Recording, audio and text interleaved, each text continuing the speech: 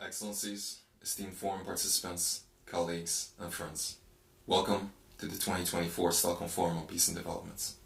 Please take your seats. The plenary will begin in 5 minutes.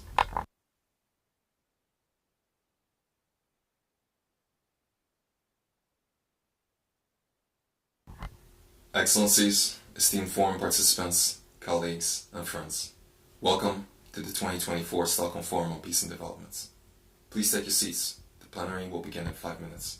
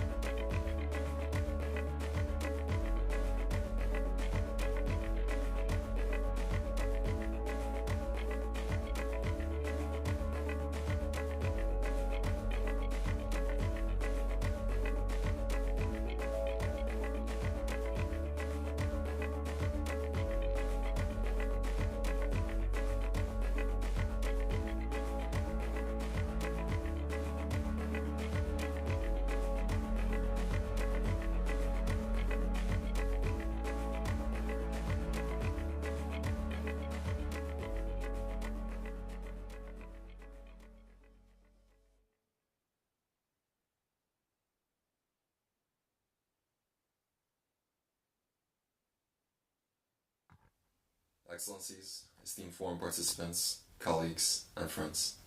Please welcome to the stage Stefan Löfven, Chair of the SIPRI Governing Board.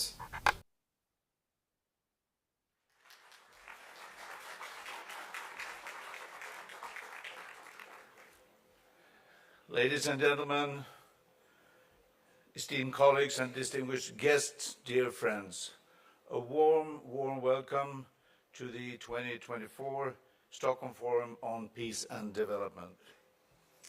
This year's theme, On the Edge, Navigating a Changing World, do reflect the troubling times we live in. We convene today not just as witnesses, but as active participants in a world that balances precariously on the brink of a multiple global crisis.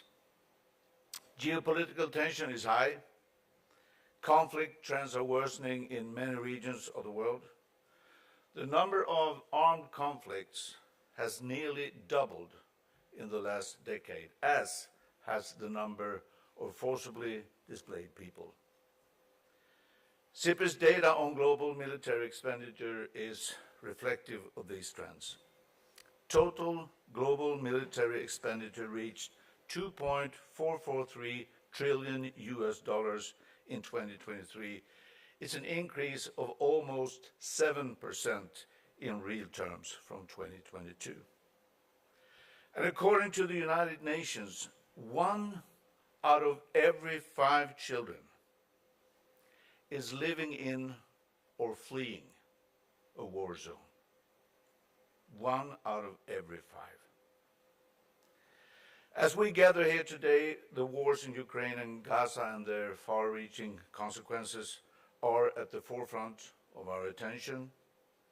But there are 50 other countries experiencing armed conflicts across the globe. Conflict between warring parties in Sudan is driving a hunger crisis dangerously approaching famine for millions of people. In South Sudan, conflict and ongoing organized violence have displaced more than 5 million people. In the Democratic Republic of the Congo, enduring violence continues to displace and harm countless lives. And meanwhile, in Haiti, escalating gang violence and political chaos have created a dire humanitarian crisis. Each tell its own story of human suffering and the failure of our collective efforts to prevent conflict and ensure peace. The international system is struggling to manage. Relations between great powers are at times toxic. Democracy is backsliding and the world is facing increasing autocratic trends, with some states questioning previously accepted international norms. Growing humanitarian needs, inequality, a lingering pandemic, crime and human rights violations continue unabated. And all these pose major challenges to the well-being and safety of individuals. Meanwhile, and in addition to these challenges, we are failing to tackle other issues that desperately requires international cooperation, such as climate change, biodiversity loss, and pollution, the impacts of which create inability and disruption, weakening social cohesion, and exacerbating the risk of conflicts.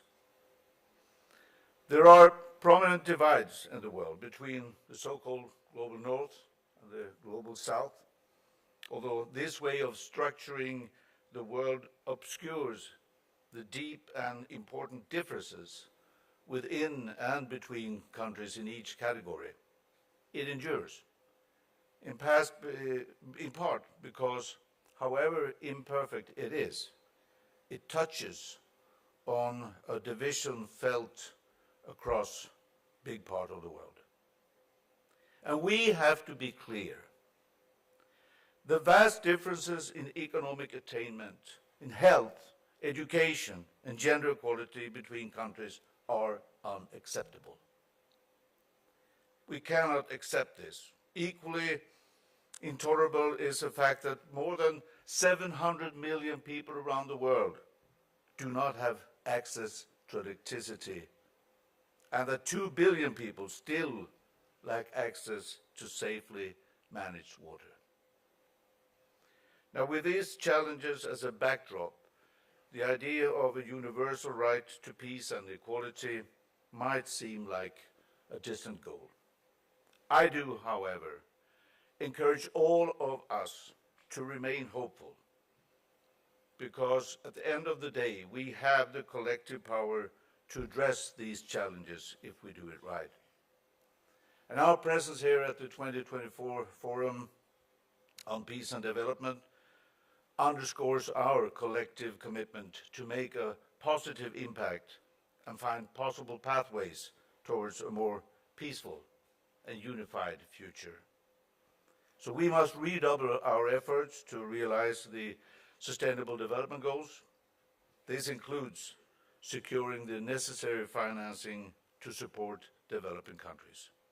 It also means reorienting regulatory structures to serve the interest of people and the planet, rather than only safeguard the interests of capital.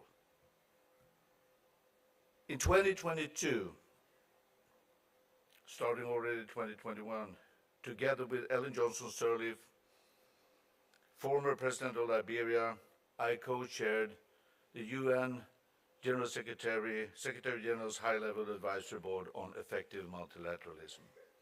And we were asked to look at these challenges and try to identify concrete and actionable recommendations for more effective multilateral agreements. We held extensive consultations with many different actors in our efforts to propose changes in today's global governance structures. In our report, we stress 6 transformative shifts that can help tackle global challenges.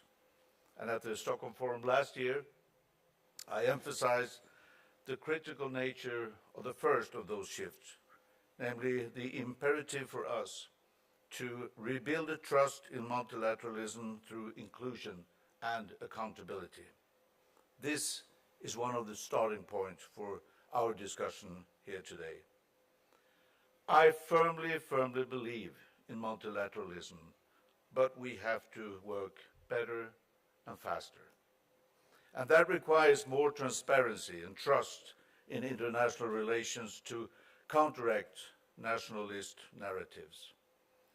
Effective multilateralism can draw strength and legitimacy from greater inclusion and representative majorities to shape global decision-making.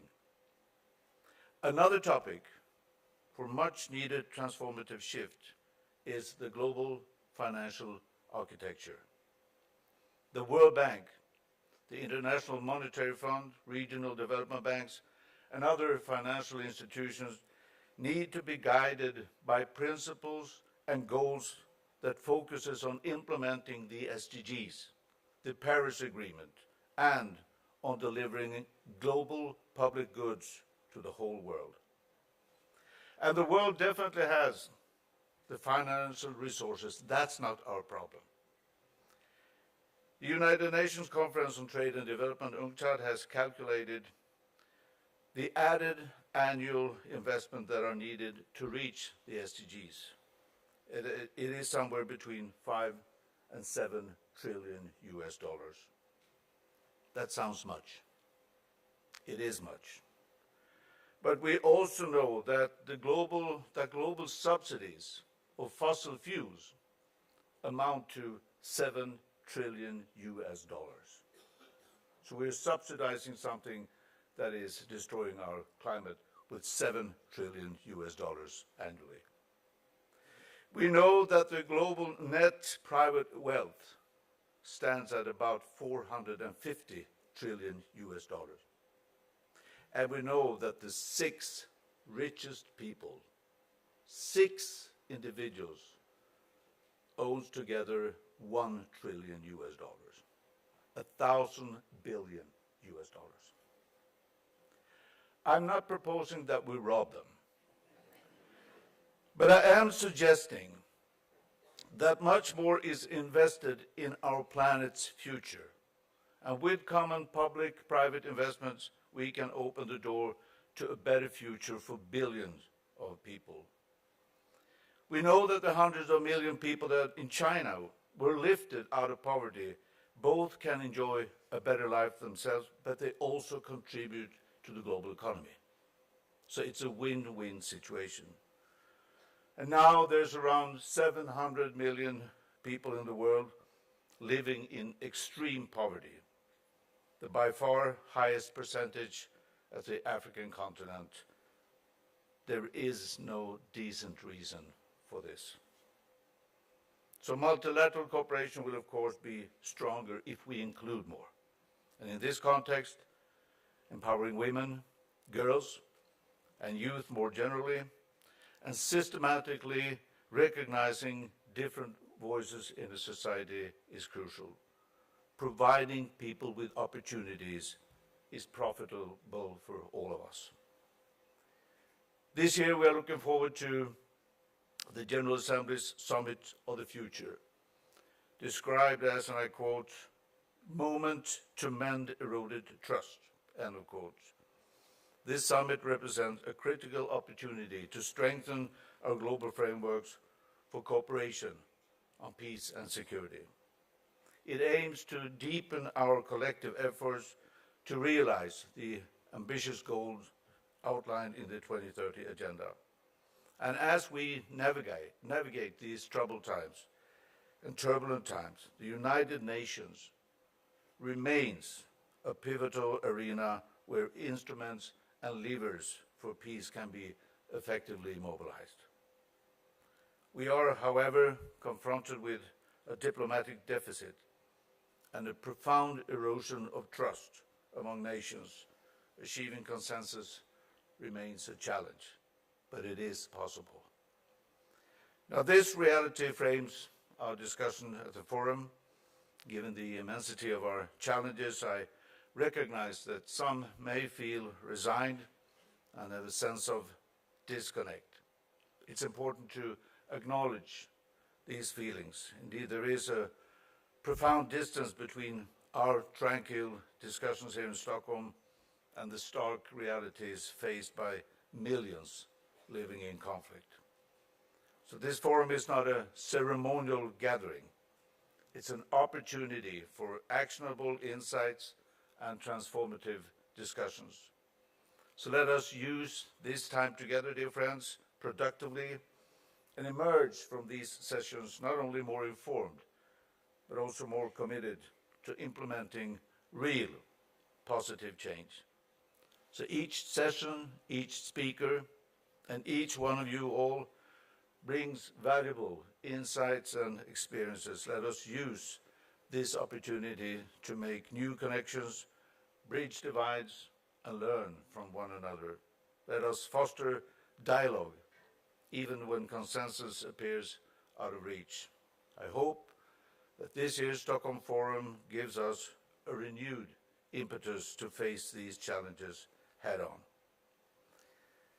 With that, again, a warm welcome. Thank you for being here. Now let's look forward and start. And I will now hand over to the Director of SIPRI, Dan Smith, for the first panel. Please, Dan. Welcome, Dan Smith.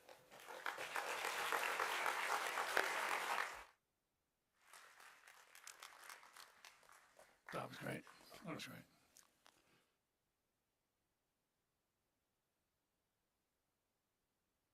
They're moving the lectern, but let's head on up.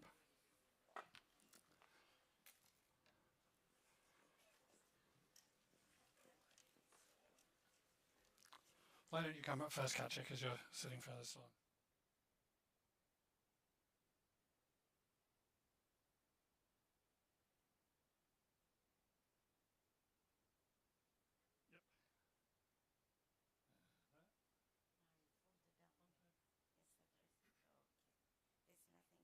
Please hold my hand.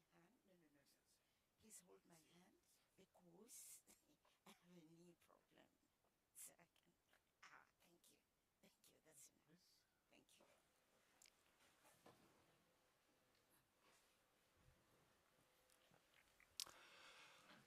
Good. So if we're all seated, then we can begin. Thank you very much again to Stefan Löfven, my boss, chair of the governing board of SIPRI, for that wonderful opening speech. It's so good to see you all here.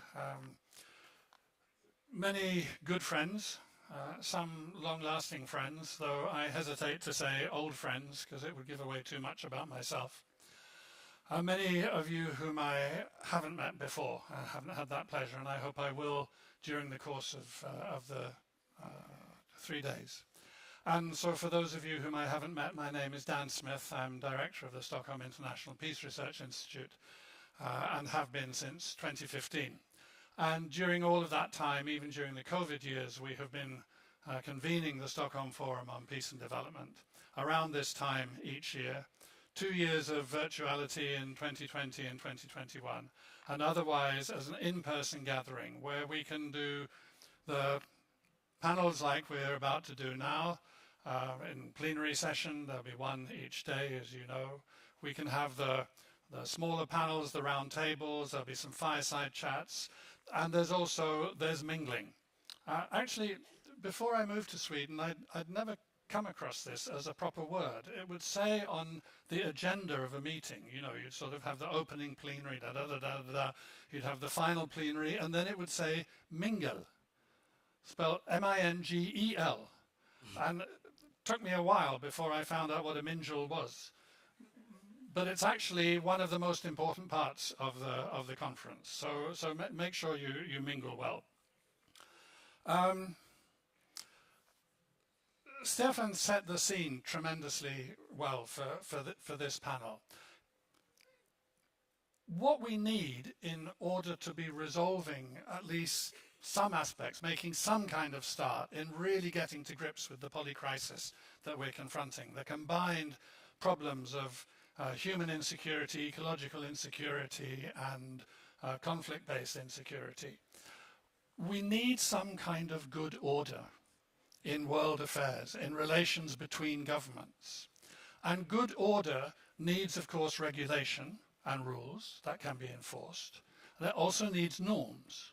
It needs confidence that when you come to an agreement, everybody will stick by that agreement, not change their mind when the wind blows in a different direction the following year. And for that you need trust.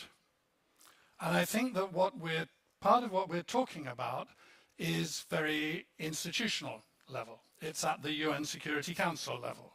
It's at how different governments are behaving towards the World Trade Organization, or whether the commitments undertaken in Paris 2015 in the climate agreement are being stuck to. But part of what we're talking about is at a much more personal level. And it's about communities as well. So I'm expecting that in many ways this panel discussion will range across from community to the UN Security Council and back again, to try to understand not only what is going wrong on the front of trust, but what we can do to address it. And to discuss this, we have a really great panel, as I'm sure you've seen from the program already. Sitting furthest along from me, and the person whom I will turn to first with opening questions, is Dag Julin Danfelt, who's Director General and Head of the Global Department at the Swedish Ministry of Foreign Affairs. Sitting next to Dag is Betty Bigombe, who is now the Kenyan ambassador to Malaysia.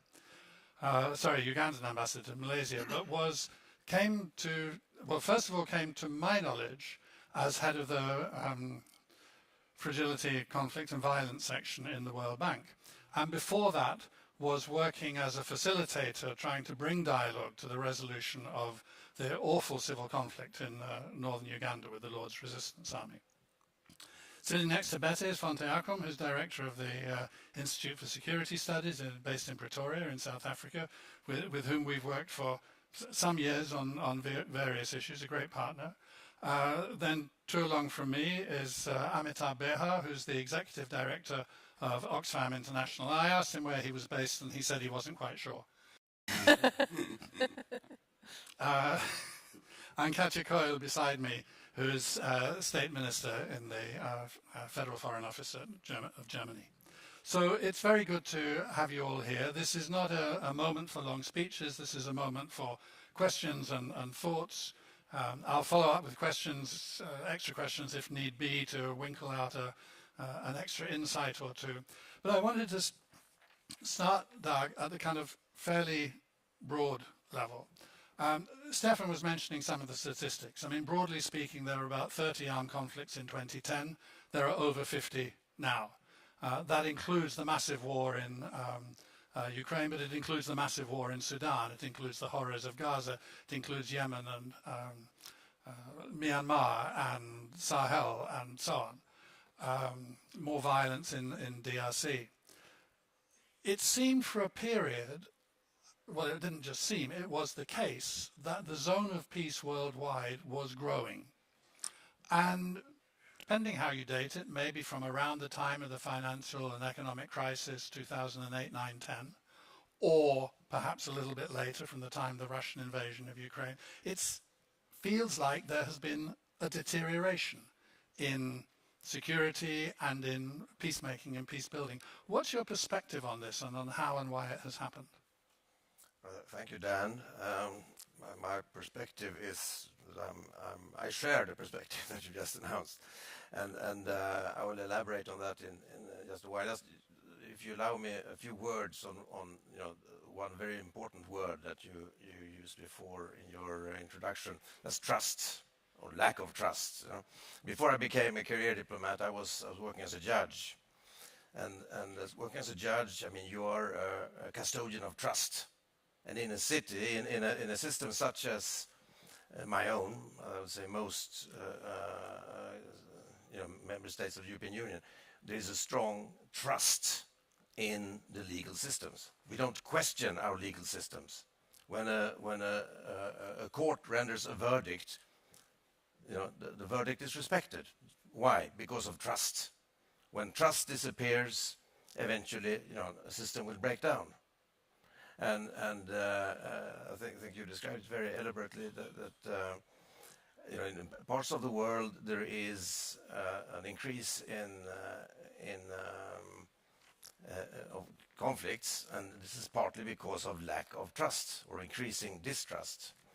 And if I especially in the past 10 years, you can see that I mean, if you go back, you used to have a bipolar world, which was in the Cold War, it was stable, it was stability, a lot of conflicts as well, but stability. Then came the era of short, but era that can be described as unipolar world, where there was one entity, the United States of America, which was so dominating when it comes to power that the rest of the international community fell into line when Washington spoke out. But in the past 10 years, maybe 15 years, it's difficult to trace when the move into a multipolar world began. But now we have several competing centers of influence and power, and which and the one that we belong to, the so-called Western sphere, is no longer automatically the number one. The number one system or dominating system, and when you ponder about law, international law, domestic law, when you have a parliament that adopts laws. International law, that's yes, you have conventions, you have the UN Charter, etc., setting the core principles of international law. But there's no adjudicator. There's no entity which can decide who is right, who is wrong in a conflict. But rather you have competing powers of influence who will play the game according to their own national interests, be it from a European perspective, be it from an Asian perspective, African perspective. And one horrible example of the consequence of that is what is happening in Ukraine, where it started in maybe already in 2008 in Georgia, then we saw it in 2014 in Crimea, and now since 2022, the full-scale invasion of Ukraine. It's an old-fashioned war of aggression that we haven't seen in Europe since the Second World War.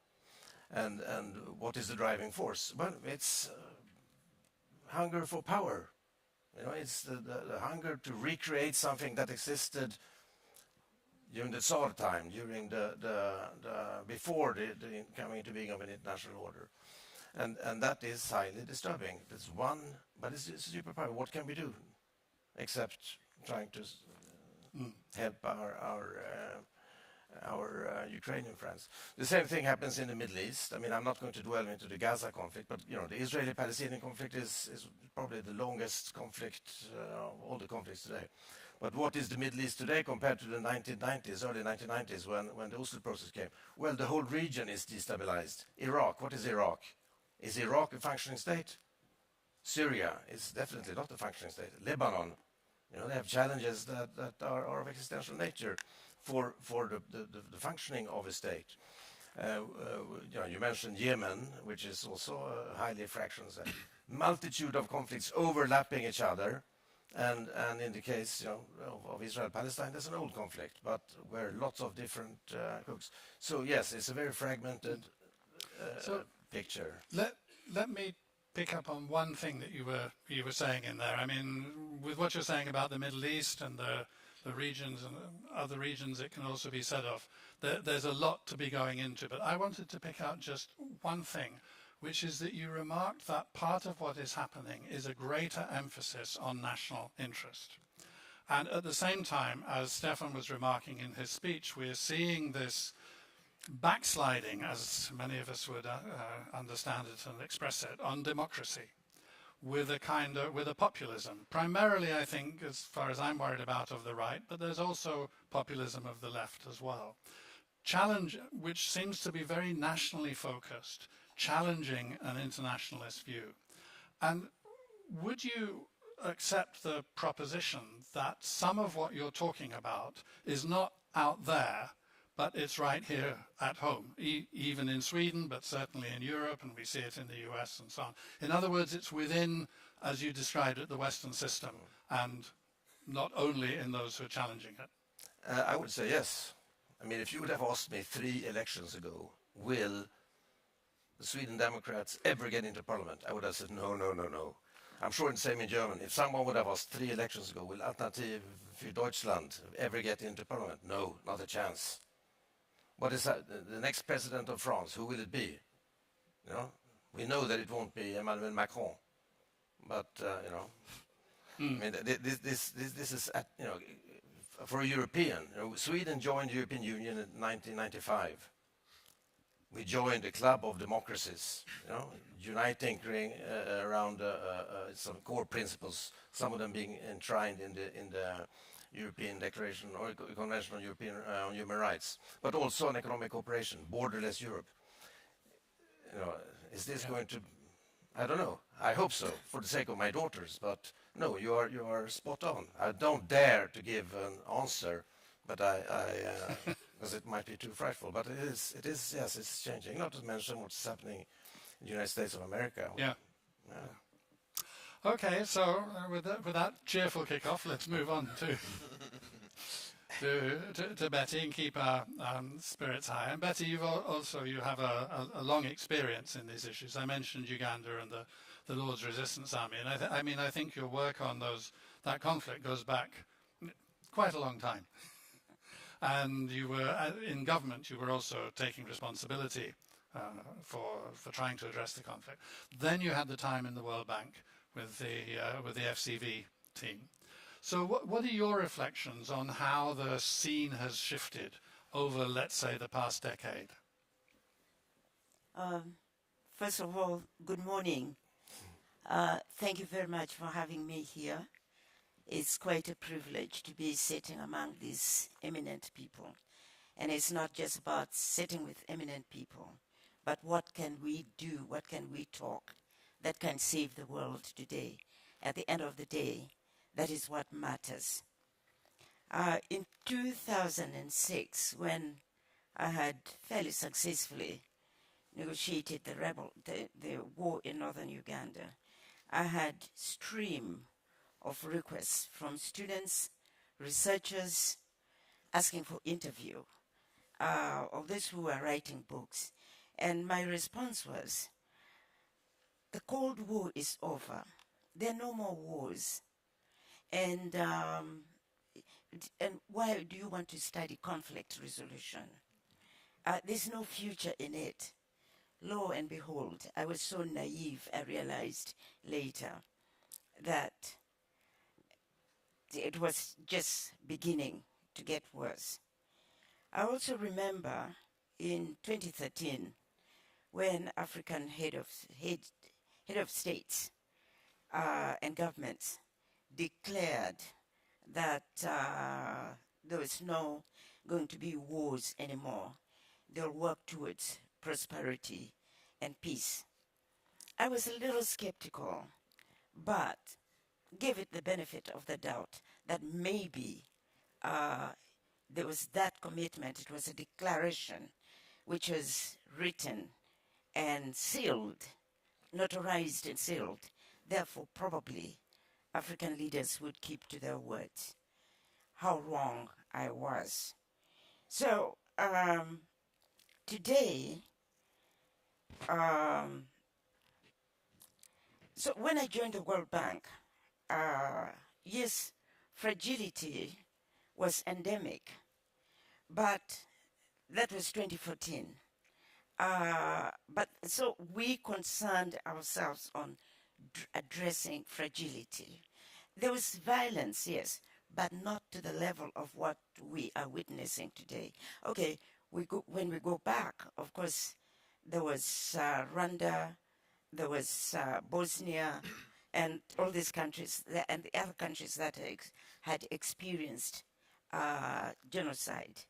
And therefore, there was the promise that never again, and thought this would hold.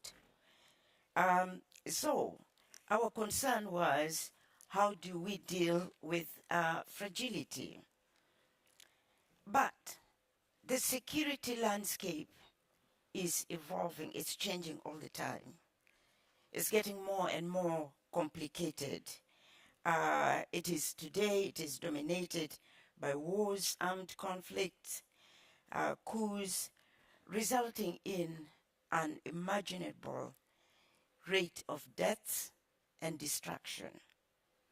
And then, of course, the resultant humanitarian crisis. If you look at it, at the whole picture, sometimes, frankly, some of us get very worried that maybe there could be temptation to go back to use, by some countries, to use weapons of mass destruction. So, from my days in the World Bank, the landscape has changed. It is not how wars are fought anymore. Technology has come in. So, how are we going to control technology so that it is not used as an instrument of promoting wars? Because today, warlords mobilize using iPhone or using technology, internet, and all these devices that are supposed to be making our lives better, but the use is turning into something else. The use of drones did not exist back then. Today, you have drones killing indiscriminately, destroying it indiscriminately. So we have a lot of challenges.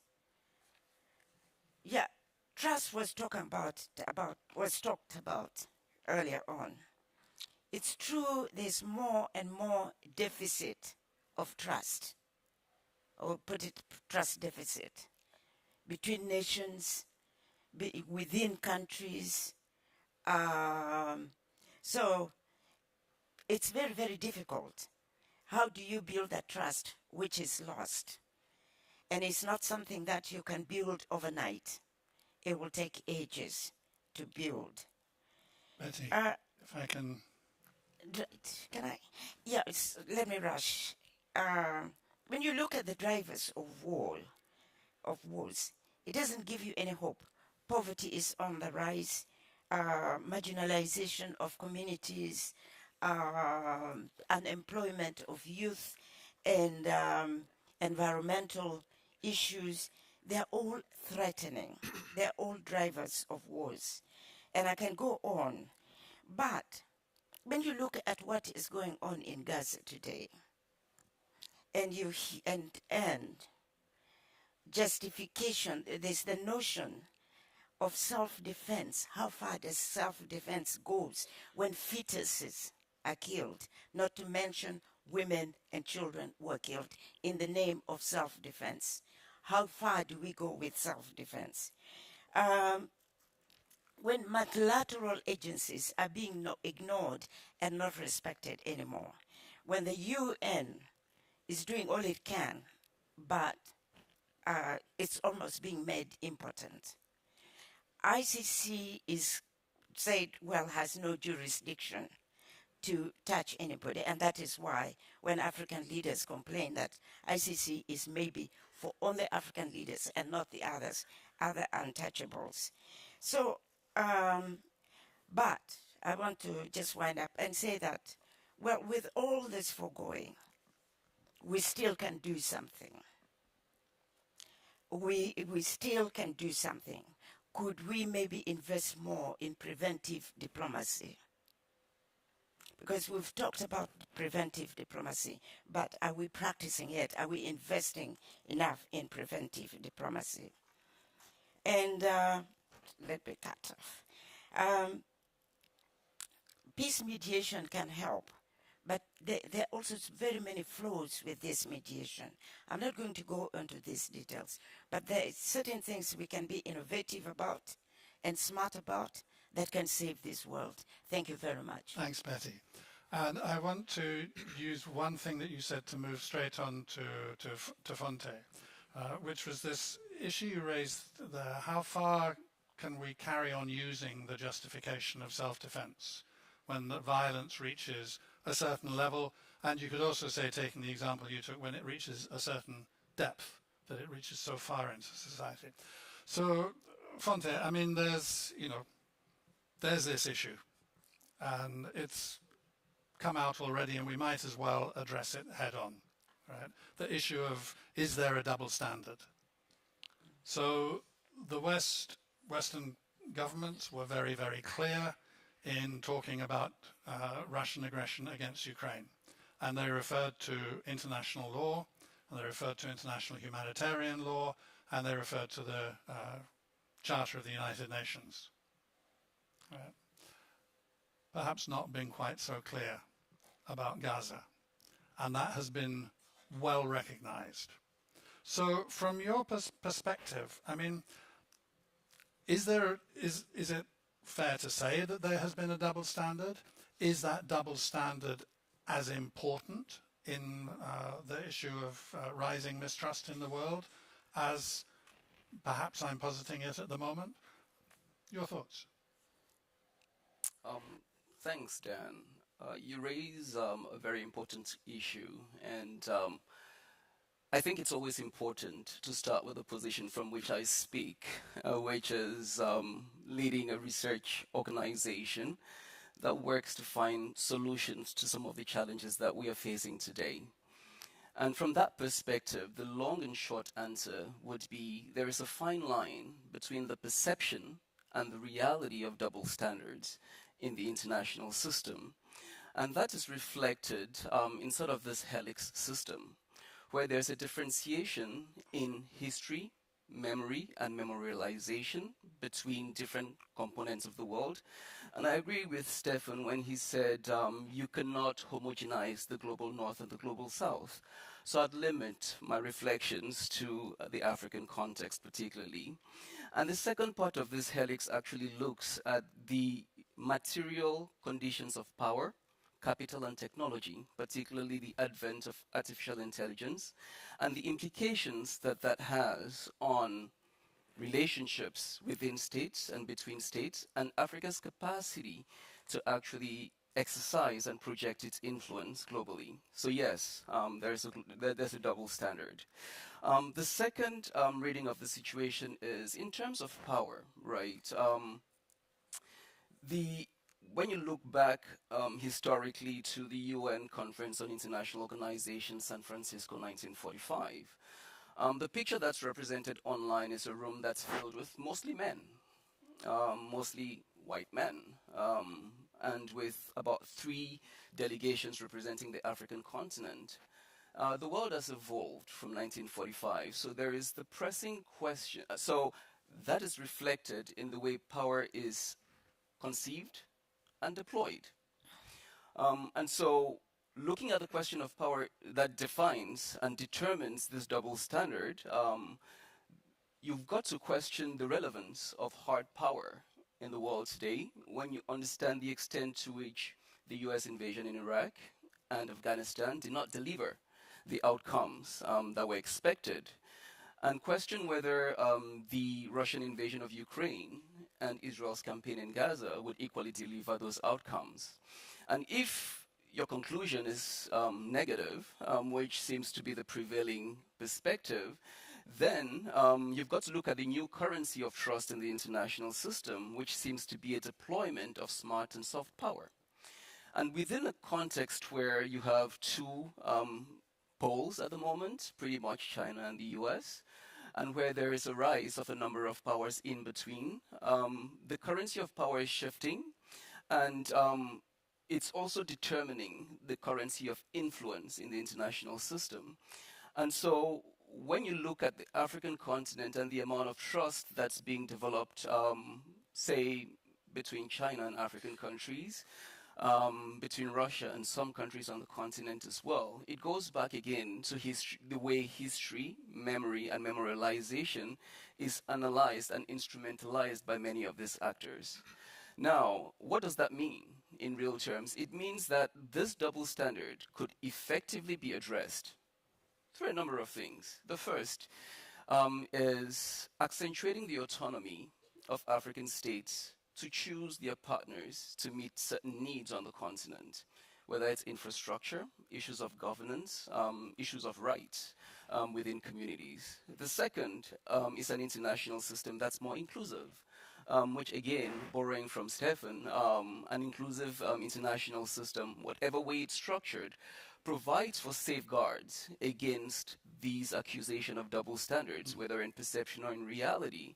And the third should be a marked departure from the deployment of military power as an offensive tool, but more as a defensive tool, which should invariably reduce the cost of investment into hard power in the world. And I think those different dimensions allow us to start thinking through how to rebuild trust. So if you can quite kind of briefly, how move to a topic in which military power is not being deployed, although there are security ramifications to the issue, but think about climate change, right? So there are also double standards about climate change in the sense that those who did not cause the problem are the ones who are being asked to pay the price. So how would that set of principles and possibilities that you're outlining there apply in the climate change context and in agreements about it, discussions about it, regulation of the problem? Well, if you take a step back and looking beyond the threat matrix that's exacerbated by changing climate conditions, there is the positive end, which is how does the globe actually react and deal with it? What is the offer? The offer is in moving towards green technologies, for example, and looking at where a lot of the natural resources that could drive these processes are. You look again to the continent. So it means that addressing the climate question could effectively provide an offer that also addresses issues of global inequality, an offer that addresses industrialization on the African continent that drives up the production of value in value chains and creates a different value proposition. It is one then that also brings Africa out of marginalization in the global space if we base our engagement on the climate on rights, equality, and value propositions. Fonteh, since I didn't give you forewarning of that question, I think that was an utterly brilliant answer. Thank you very much. Really, really helpful. Amitabh, if I move to you now, you're head of an international NGO. I'm not sure how many countries you're operating in and how many nationalities there are, but Oxfam is global. So to what extent within Oxfam, as the starting point for your thoughts, to what extent do you find yourself facing or having to somehow respond to these issues of double standard and the differentiation of power, memory, sense of history, what the meaning of fairness or justice is in any context? So thank you for having me here. Absolutely delighted. But because you said let's also bring in the personal, I just want to start this conversation by remembering a woman I met just three weeks back. I was at Renk, which is the border of Sudan and South Sudan. And she had just entered the border of South Sudan, and she could not move. And I still, the face does not go away, expressionless face. And her husband, as soon as they arrived, said, "Can you take us to a hospital because there's a bullet lodged in her hip?" So that's the human face that we need to bring in.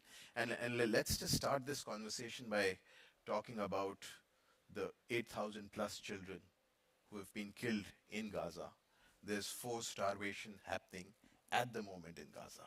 So let's that's the context. I'm very happy to get into the conversation around Oxfam, and it's good to start with a challenging question. So I would say that this is really a big conversation within Oxfam at this moment. We are deeply committed to decolonizing, which means that we acknowledge that Oxfam, which works in 80 countries, still is predominantly governed by northern affiliates, as we call them, independent Oxfams. But there is a conversation, and we are really working very hard in changing our governance structures, in our ways of working, in our financing. However, I would say that it's still a journey. So whether you call it a double standard or not, but we acknowledge that there's a problem. But let me say that you cannot isolate an Oxfam from the larger context it operates in. And we are operating in a context of power, of a political economy, which is essentially building and concentrating power further in few hands. So in fact, let me just take you to the report that we did this year, the inequality report. So thank you, Stefan, you raised the question of inequality. But the 5 top richest people, billionaires, have doubled their wealth since COVID, whereas 5 billion people have become poorer. But I just want to challenge you on the robbing bit. At the moment, it is these billionaires who have created a rigged system. They are pretty much robbing the global economy. Just look at it's the same 5 people who double their wealth. Of the 10 largest corporations, 7 are run by billionaires. Let me also say that 10 largest corporations have a net worth of more than the combined GDP of Africa and Latin America, Caribbean. So that's the inequality. We're living in a plutocracy at the moment. So at this moment, it's really about that context that needs to be challenged. You cannot just be looking at a small Oxfam in isolation or changing the power dynamics in isolation. So that would really be my response, that we're kind of, glossing over huge inequalities in the world, which is political economy, and we talked of climate. These are all different faces of the same coin, and we need to see them as together. So facing that, I think I'm inclined to challenge both you, and I will later on Betty, having talked to this kind of catalogue of horrors and injustice. How do you see the possibilities, you yourself or you Oxfam, see the possibilities for a step forward, for moving forward against that awful catalogue we're laying out? So, now, one, I would say that if you, again, taking you back to absolutely the local level, there's enormous resilience in people. People are living and surviving with dignity in the most difficult conditions. And therefore, there are possibilities of building a future. It is really the powerful who need to find ways of building trust. And as I said, the answers are not going to be unidimensional. You cannot just see this as a geopolitical question. Stephen, I really, like your first line, that is it really the defense of capital that becomes the fundamental driving force for geopolitics, and not about human rights, not about human dignity. You have kind of taken away compassion, which is one of the fundamental things of looking at any future. So I would say that there is a need to get out of cynicism. There has to be a call for action, which is built around trust. It is looking at geopolitics in a fairly different way, and where it's not essentially about defending capital, which is now pretty much in the hands of very few. So it is really, it's a new imagination, and we'll need to do that. It's absolutely critical for building an alternative future. Otherwise, what we heard, the description in the introductory remarks, it's frightening. And when you add to that the crisis of inequality, when you add to that the crisis of climate, it is looking at a world which we would not want to hand over to anyone, forget about our future generations. So, Katja, I want to thank you very much, Amitabh. Katja, I want to turn to you now, and I was going to ask you a question about UN reform, but I'm going to hold back on that and ask you if, first of all, you have a minute or two of reflecting on what you've just heard from your fellow panelists. Well, thank you and good morning to everybody. And thank you, Dan. That was exactly what I was going to start I thought with. so, yeah. You mentioned the catalog of wars and catastrophes we heard. But we are all here because we are all political people who don't want to give up on saving the world. So I'm going to try to focus on what can we do in that situation. And talking about distrust, there's a lot of distrust now. But let's face it, the world has never been in a trustful, perfect position ever. This is not the first time we are looking at atrocities and wars. So if we are honest and we look back and we think about the Congo in the 90s, Vietnam, Cambodia, World War II with 60 million people, we see, well, this is not really something new. There was one moment something special happened, a moment of trust where the world held its breath in 1945 when the UN Charter was born.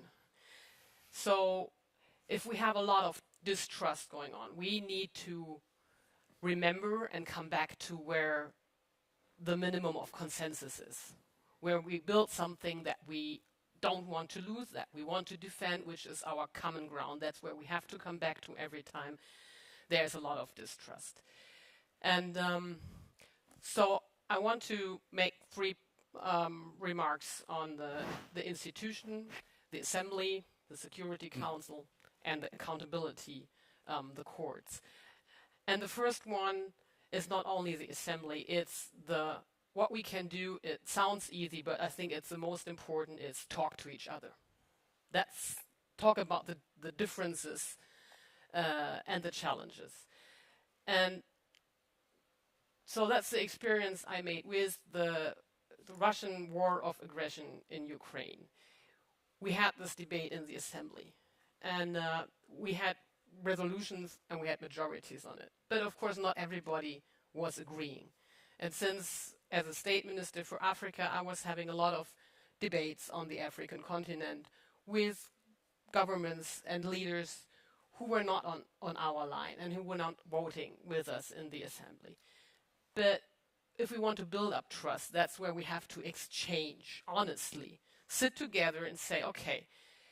And then and I found that while we're talking, whether it was Algeria or Namibia or South Africa, in the bilateral talks, it wouldn't look that bad as on the outside sometimes the dissensus seems, because then we can come to bed and say, look,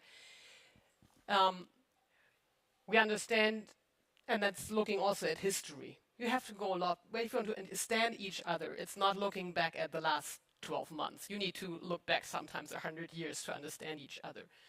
To say, okay, during apartheid, we were on the wrong side. And you have different feelings about who was on the right side. So something we have to acknowledge. But then we say, well, we have this UN Charter, the respect for borders, and a European border was violated. And then we come closer because our African partners, they have a very high respect for borders on the African continent. It was a decision in the 60s that they decided we are not going to touch the borders because that's dangerous, touching borders. So that's where we come together, saying, okay, borders need to be respected. And so that's from there we can kind of come closer again. It's the diplomatic work we're doing every day. So you build yourselves closer through the conversation. Well, conversation, diplomatic work, but also the debates in the assembly among the nations. Sit down and talk is the first thing. Then, looking at the Security Council. Well, yes, this is the world as it was in 45. We hear that a lot, and it's of course we are not happy about 5 powers having a veto and others not, especially now that we see that a veto power is committing a war of aggression. It is we feel helpless. But after all, we need to say, well, let's look at what we can change realistically. We want more representation of African and Latin American countries. We can do something about the size of the Security Council, and but still there's some facts we have to realize. And that sometimes in discussions I hear, well, who are the United Nations? You know, this is anywhere that's double standards. There's 5 veto powers, so we don't care about it. No. There's a deficit to the United Nations, but it's the best we ever have. Coming back to 45, there is 5 veto powers, but that's the reason why we have a United Nations. Otherwise, we wouldn't have it. So that's the point where I say we need to be careful not to destroy what we have, even though recognizing the deficits. Because we cannot, we cannot invent. If we dissolve the United Nations today, we wouldn't have another moment of consensus to rebuild a new one or a better one. If we would have a consensus for a better one, fine. But I don't see that. So let's keep what we have and what we need to make a better world. So let's work. We're going to have the summit of the future at the end of the year. So in New York, so let's try to do reforms, go step by step, but let's not just say it's not worse anyway. So, and the third point I want to make, and that's to me that's a very, very important one, is accountability, is the UN courts. I mean, it's quite a young court, ICC. The older one is International Court of Justice, but they represent the idea of how we can solve conflicts without violence, just as we do in a nation ourselves. That's when you mentioned the respect for the courts, that how peace inside our nations work. And to go to that was a big step to have something like the ICC. And even that Germany is right now just accused in front of the Court of International Justice. We, as a supporter of courts, we take it serious and we go and we defend ourselves and try to go through the arguments. And the ICC, that's my last point. What we can do is we can strengthen it. First, by getting more partners ratifying the ICC, the Rome Statute, but also more partners ratifying Kampala. And that's the initiative my government, which we just took, is not only having more countries ratifying Kampala and the definition of the war of aggression, but also to make clear we need to reform it so that war of aggression will be prosecuted by the ICC everywhere and any time. And we don't have a consensus for that yet. And it's far away, but we said, this is the moment, we have a dynamic now with this Russian war of aggression. Let's try to go for it and say, this war of aggression needs to be prosecuted not only in one case, because that would be double standard. It's difficult to have a special tribunal just for one case. We need a reform of Kampala, so war of aggression can be prosecuted anytime and everywhere. Okay, so I think the first lap around the panel gives us a lot of food for thought, a lot that's very rich. Dag, I'm going to come back to you now on the question of the UN reform, and I know that you have to leave a few minutes before the end of the session, so when he sneaks away, it's probably not because he's irritated at the questions he's being asked. But my question really is, I mean, how realistic are the proposals for UN reform? I was reading a Carnegie Endowment study quite recently, and a sentence caught my eye. Few topics generate so much talk and so little action as UN reform. And there must be reasons for that. The reason why there's so much talk is because we can see, I mean, 48 states at the beginning, 190 or so now. Of course the world has changed in the meantime. So the necessity or the case seems quite clear, but then so little action, there must be reasons for that. So how realistic are proposals for UN reform, and where would you focus a discussion that you wanted to be productive? On what aspects of UN reform would you focus? Thank you, Dan. That's quite a question to ponder upon. I mean, the UN can never be stronger than its member states allows it to be. And the 5 permanent members of the Security Council having the right to veto can obviously, at the discretion decide what they like or what they don't like, and the UN that we have, that we know, is, I think most would agree that it's better than not having a UN. It's as was pointed out, I mean, it's an organization with plenty of flaws, but at the end of the day, the net value of the UN, having a UN, is positive.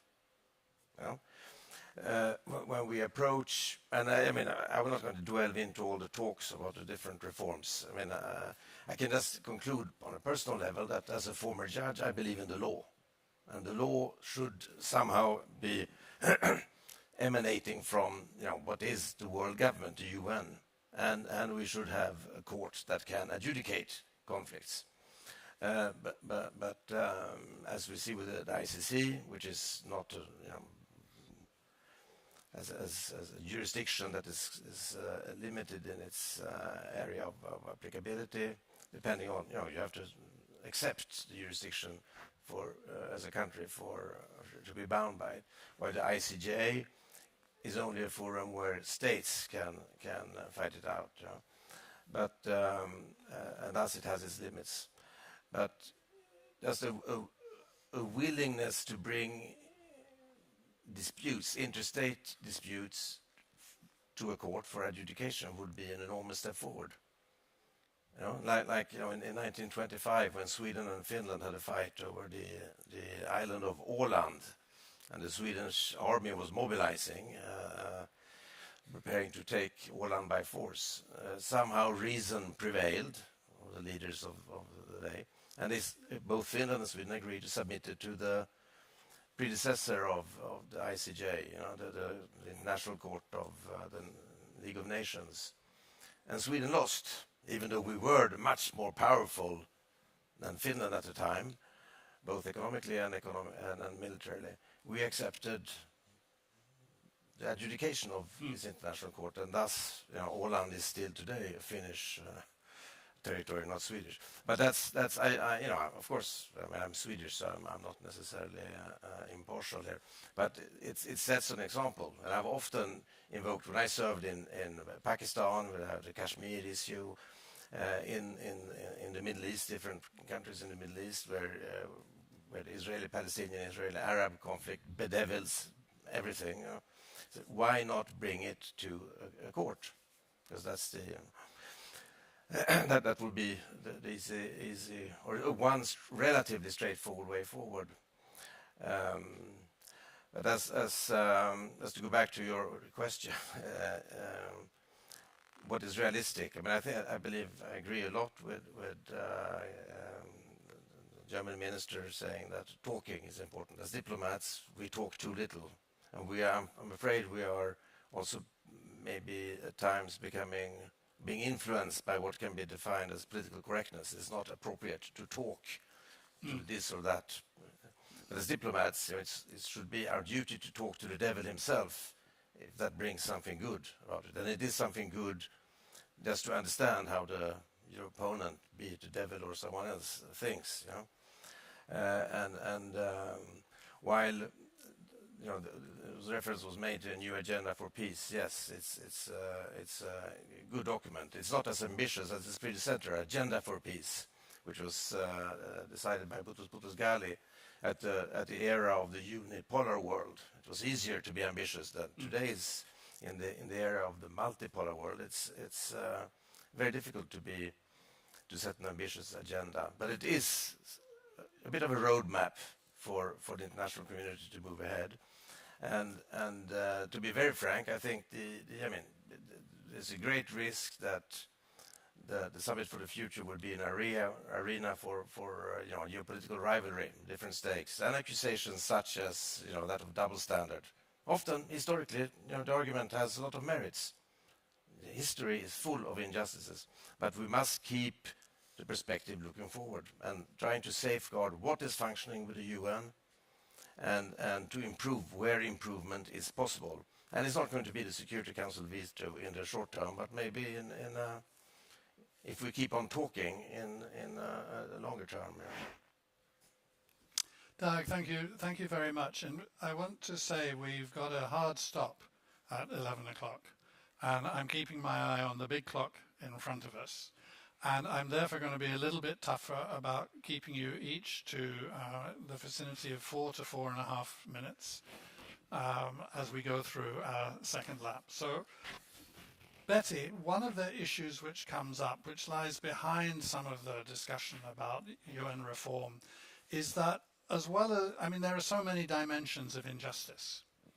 And very often you're overlaying political injustice of many kinds, lack of representation, lack of voice, exclusion, repression, with economic injustice, which is another kind of exclusion, another kind of marginalization, and another kind of repression. And you've got experience of both addressing and thinking about conflicts in which these dimensions are reacting so closely with each other. What lessons have you taken? What can you help us think about how to address the intersection of economic and political injustices? Maybe before I answer the question, I just want to say something small. The German minister said very nicely too that we need to talk. And by the way, I was emphasizing the importance of UN and ICC, and if they cannot be recognized or listened to, then we are in real trouble as a world, because where else do we go? But going back to what you said, Madam Minister, about let us talk. Can we invite, for example, the Russians to a meeting of this nature? Because if we're talking among ourselves, people who will agree with one another, then we are not reaching out the opposition whom we should be engaging so that we can be on the same page. So I just thought that is important. We can talk, but not among ourselves. Let's reach out to people. It's normal to disagree. We disagree everywhere.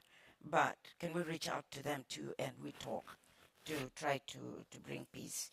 Now, things I have, going to the question now, I was not looking at the justice, economic justice, and other injustices, but I want to go back to what has been talked in here earlier on.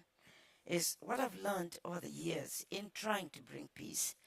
You cannot force people into it.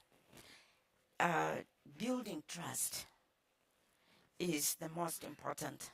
It's the cornerstone of your success in peace processes.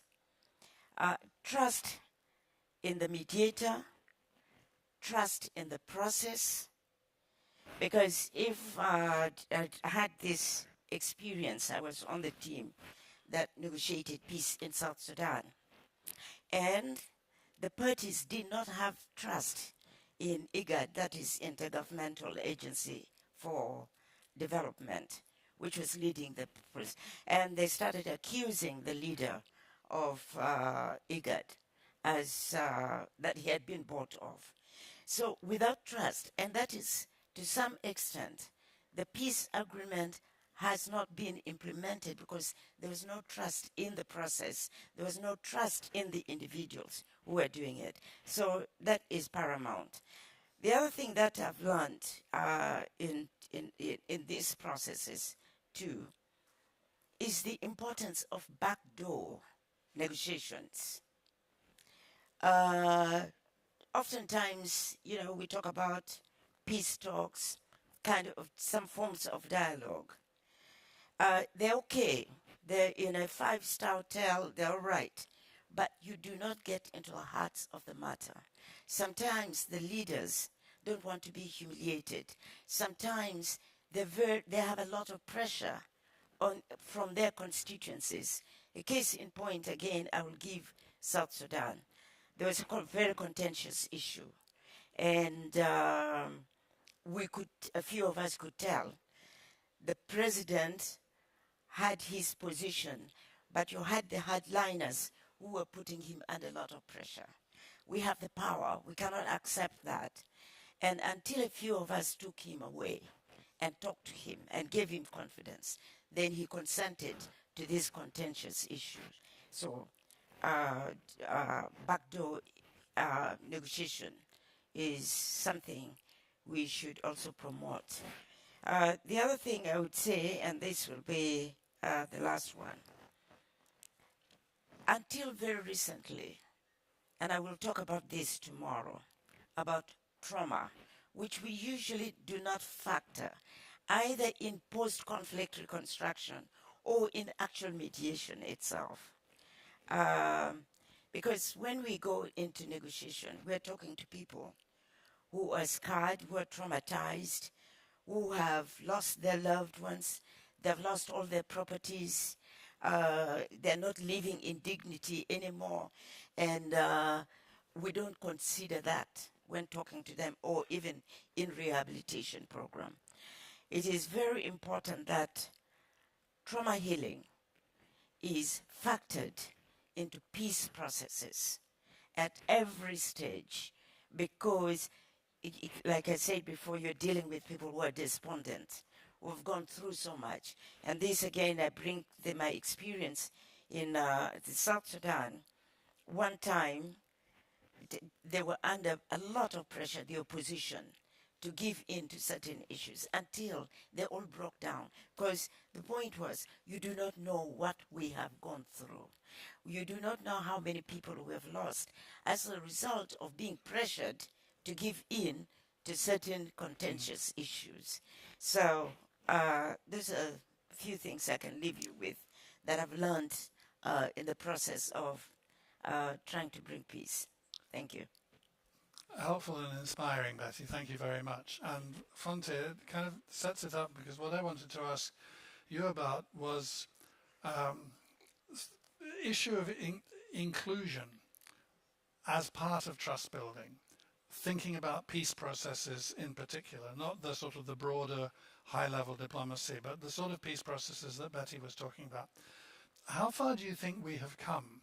I mean, we've been pushing the argument for inclusion, but how far do you think we've come in practice that peace processes have become or can become more inclusive and build more trust that way? I think we've come a long way, but given where we are at the moment, we need to really interrogate about the next generation of peace processes and what kind of inclusion actually needs to be operationalized.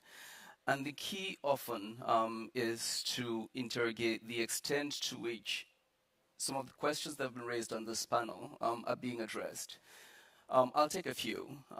I often like the reflection that history matters, and then there's a but, yeah, which reifies the UN system. And no one is saying we should throw the baby out with the bathwater, but the issue is the material conditions which are creating and advancing inequality. I'll take the issue of debt, for example.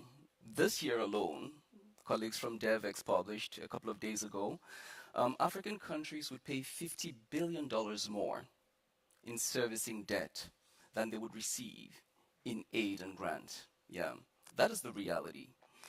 What that means in real terms is that it limits the degree to which they can actually invest in some of the transformative structural issues that are needed to build sustainable peace. That's a first. The second is, beyond adjudication, there is the need for supplementary confidence building and peace building measures across the spectrum of conflicts where we engage. And that is where inclusion again matters, but participation matters as well. And I think the publication by SIPRI on environments of peace actually lays the foundation very clearly and refocalizes the conversation on the issue of human security as a pathway to inclusion, to combating inequality, but also providing opportunity for different segments of society. And thank you for the shout out for Environment of Peace, which of course I recommend everybody to read. You can find it on the website, no worries. Amitabh, so Fonteh has also, surprised me a bit by setting it up nicely like that, because one of the dimensions of injustice that we must increasingly think about is environmental. And it's an Oxfam report which points out that the wealthiest 1% are responsible for about 2/3 of the greenhouse gas emissions in the world. And that's only one part of the ecological disruption that we face. If we're thinking about peace in the coming 10, 15, 20 years, if we're thinking about peace agreements, all of them have to be climate proofed, right? The world is changing around us. So how does this aspect of injustice play in alongside the other wealth injustice and so on that you have been talking about and thinking about in Oxfam for a long time? How do you see the possibility of these, if it's possible, dovetailing together into an integrated approach? Sure. So, as you gave us the figure from our report, last year it was the top 1% had carbon emissions twice the 50% of the global population.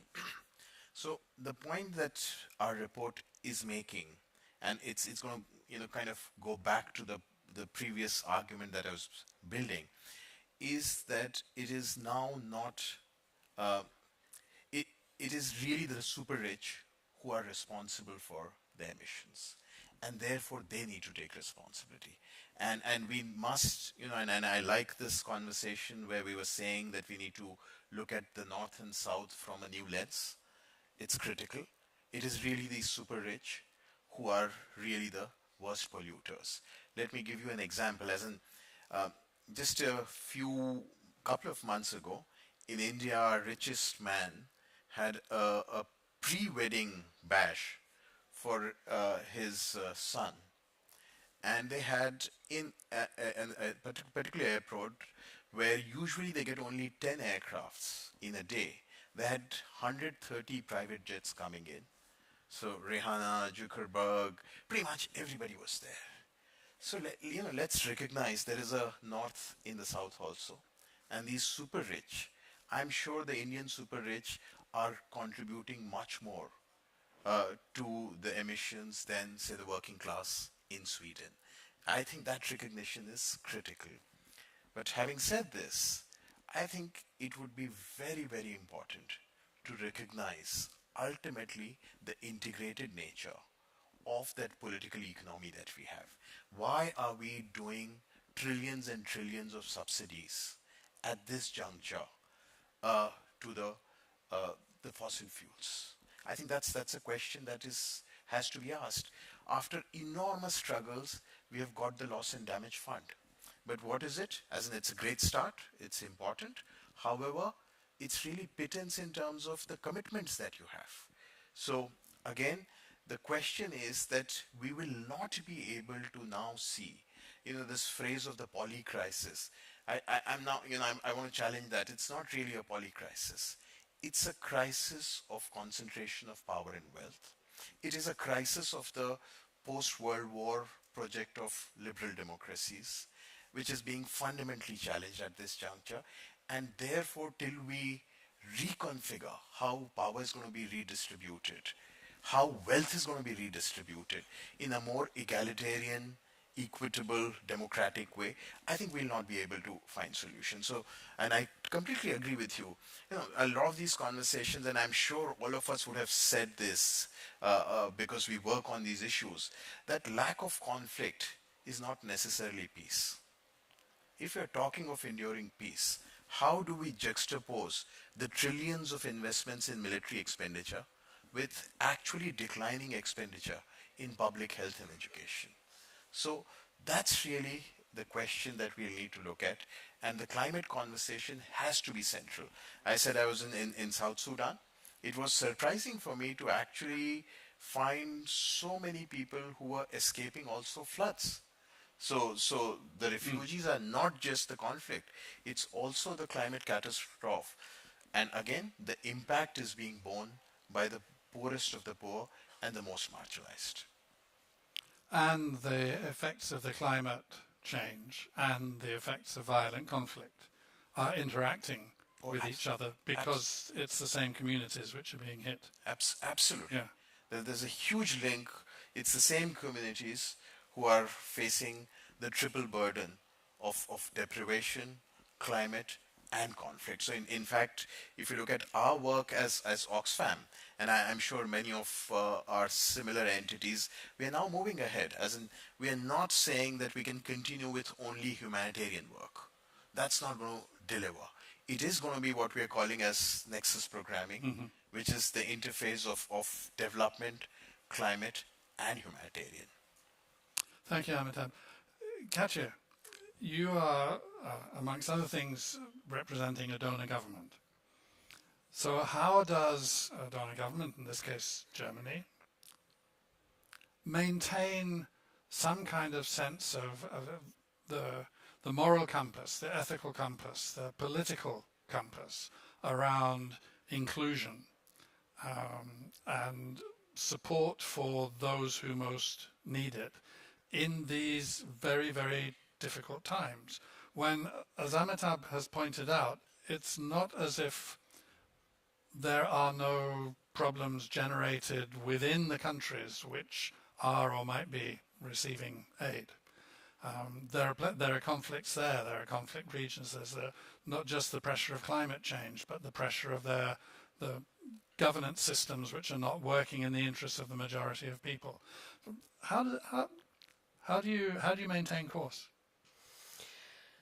Okay, well, indeed, Germany is a donor country, if you want to call it that way. I mean, I can see everywhere we are the second biggest donor for humanitarian help, and we committed 6 billion to the loss and damage fund. And still, the idea of donor countries and receiving countries is already something that's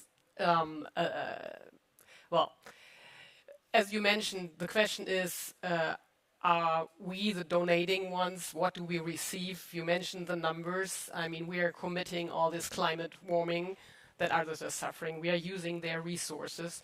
So I wouldn't say this is just a generosity of our side. It's our responsibility, and it is in our own interest. And we would be in a better world if we wouldn't have to have donors and receiving countries. But as far as we're trying to solve the world, of course, we cannot just stop doing what we're doing and coming to our responsibility. And especially the climate question, as you said, is a question of justice. When I talk to young generations in Kenya or Ethiopia or looking at Somalia, the Horn of Africa especially, when you talk about security issues, the first thing they say is climate, because that's absolutely connected, and they realize every day that climate protection is a security issue. But you ask about the principles, and of course we have principles. I mean, inclusion, by the way, feminist foreign policy is such a principle that we apply. There should be do no harm, not support terrorist group, all this.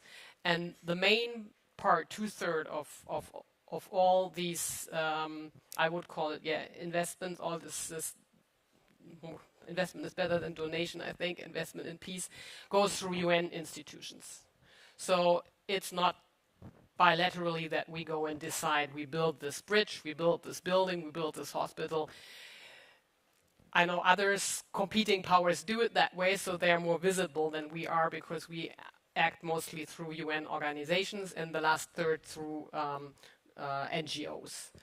So, of course, we want to promote our principles, and so we realized, okay, maybe we have to work on our visibility because others are more visible on the African continent. But still, I believe, but all we can do, we cannot just change and do it without principles just to have more geopolitical influence. This is not the solution. But of course, we have to maybe promote a little more what we are doing, what we stand for, and that what we do might be more sustainable than the quick impact of others. So what we can do is we can just stand there and make an offer and try to make the better offer than others. But that's where we stand. And of course, after all, to come back to the beginning, try to promote development so that someday we won't have to have donor countries and receiving countries. So thank you very much, Katja. And as we now come towards the end, what I like to do before I let the panel go and let everybody have a well-deserved coffee break is ask you each, and it's got to be said in about 1 minute, maybe 1.5 if the one before you says it in only a minute. What do you want people to take away? What's the one thing? I know it's artificial, but it sometimes helps focus the mind, and after all there's 4 of you and then there's me, so there may well be 5 things for the good people to take away. What's the one thing you would like people, as they leave and go to their coffee, to take away with them from this discussion?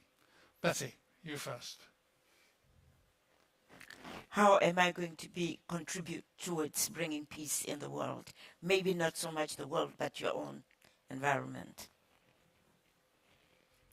You get the rest of her minute, plus your time. Addressing the structural drivers of war and insecurity needs to be addressed across all levels globally, and that is what would deliver on the world that we want. I get 3 minutes now? Pretty much. If you're that quick, she's got another half-hour speech to give. All right, so I would agree with Fonteh that ultimately it is really looking at the structural questions, and conflict in the absence of justice cannot be understood.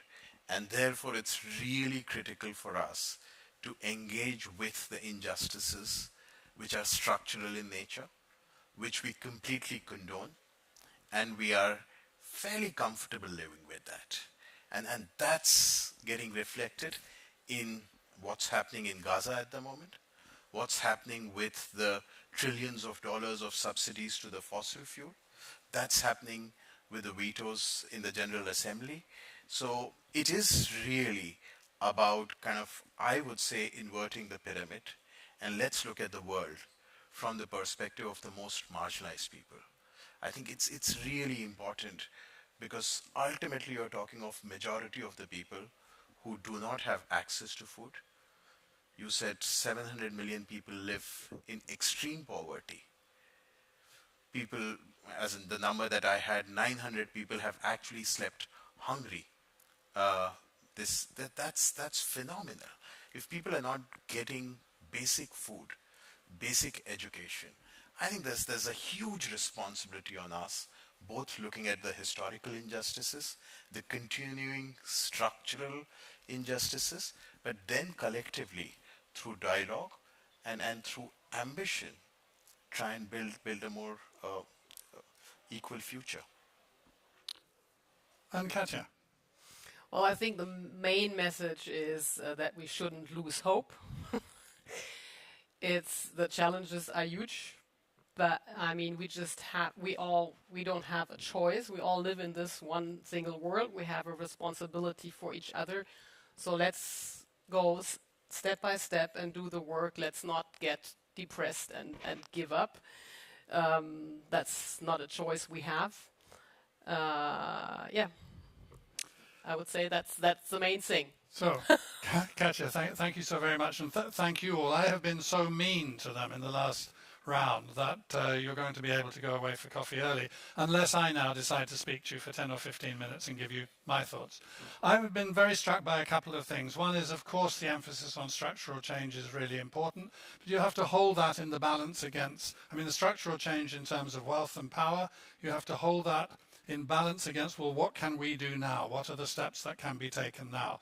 If it's right that, as Betty says, we need to think about what we can contribute, and as Katja says, we don't have the option to be just giving up or to be giving up hope, what are the steps that can be taken? And I think that two particular things that came out for addressing this combination of the inequality, the wealth and inequality crisis, the ecological crisis, and the conflict and insecurity crisis that we're facing. Two things that came out very strongly. One was Fonteh's point that maybe climate action, climate diplomacy, can be the offer which helps start the process of rebuilding trust, even in this very flawed set of institutions, flawed world, and divided world. And the second thing then, which links to that very much, is simply the conversation. Simply to talk, to exchange. But one thing that was said, and I'm going to refer to Stefan's predecessor as chair of the governing board, so therefore every SIPRI staff member knows exactly what I'm going to say now. We've heard the importance of talking to each other. What Jan Eliasson used to say was that there is a good reason why the good Lord gave us 2 ears and only 1 mouth. Talking implies listening, and we need to listen to each other very, very carefully as well in order to make that conversation productive. And I think an awful lot of failures of trust and deficiencies of trust start when you get the sense that, oh, they're not listening to me. So thank you very much for listening. I hope you have a great day. I'll see you around. Thanks to the panel.